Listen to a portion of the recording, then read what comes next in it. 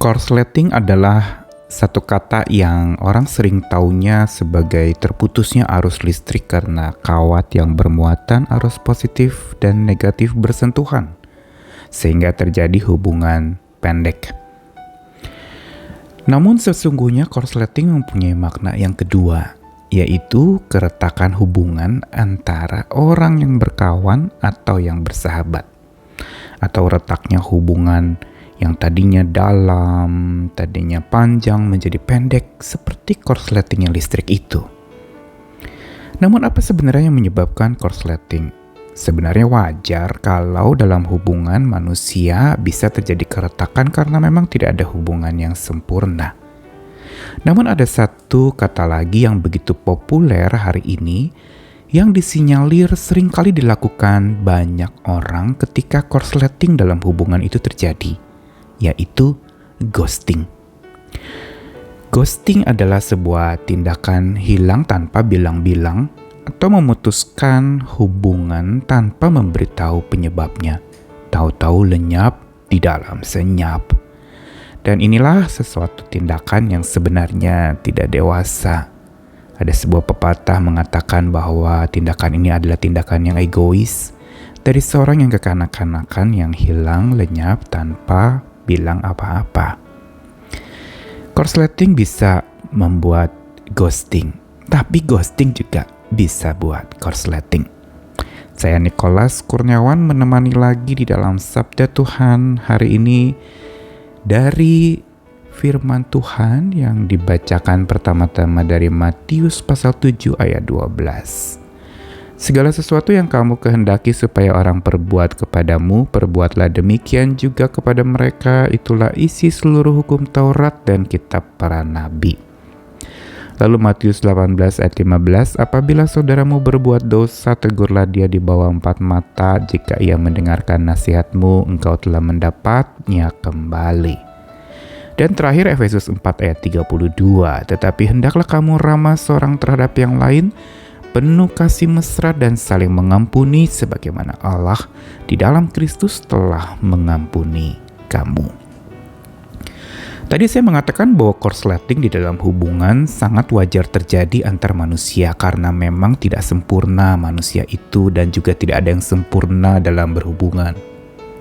Tetapi korsleting sebenarnya bisa diatasi atau diantisipasi dengan sikap yang dewasa. Bukan lari dari sebuah masalah, tapi memberitahukan. Mungkin kesalahan dari kawan, atau kesalahan dari pasangan, atau kesalahan siapa sesama kita yang melakukan satu tindakan yang menyakiti.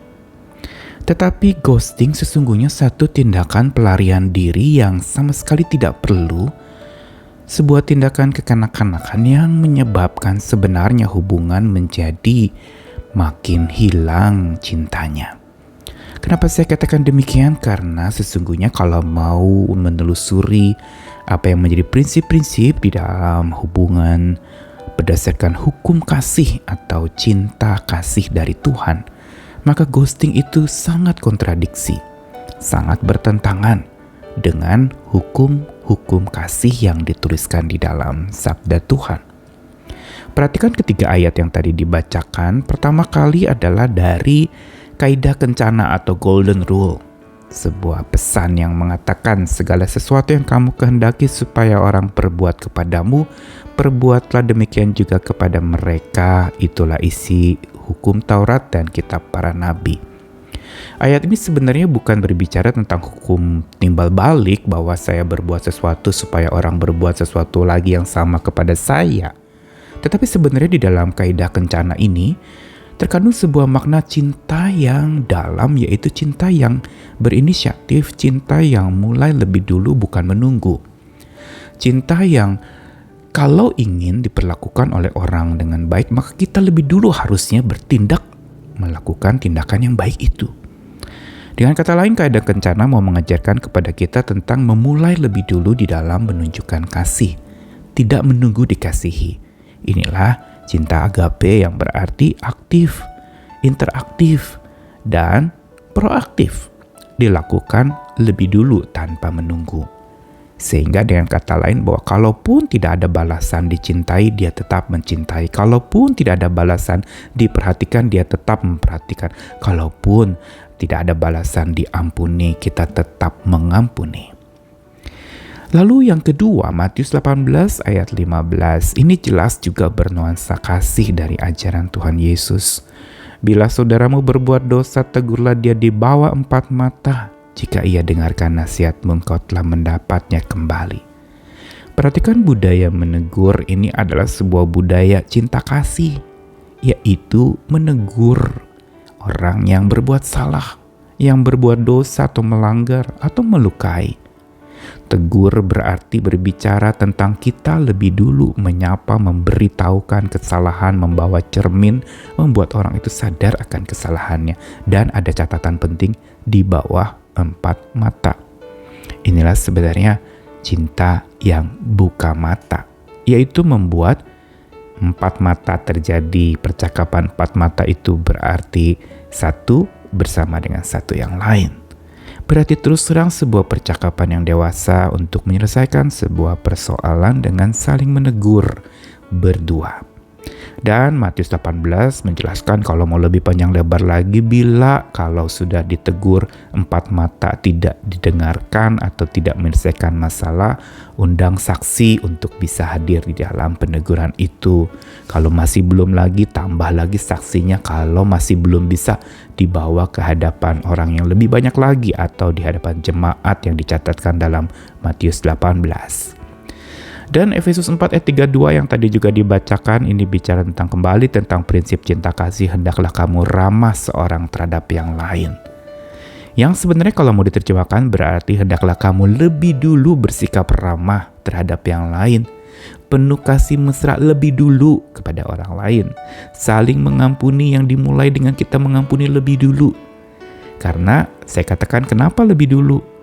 Diakhiri dengan sebuah perkataan, sebagaimana Allah di dalam Kristus telah mengampuni kamu.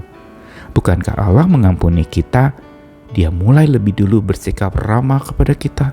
Dia mulai lebih dulu menunjukkan kasih mesra kepada kita.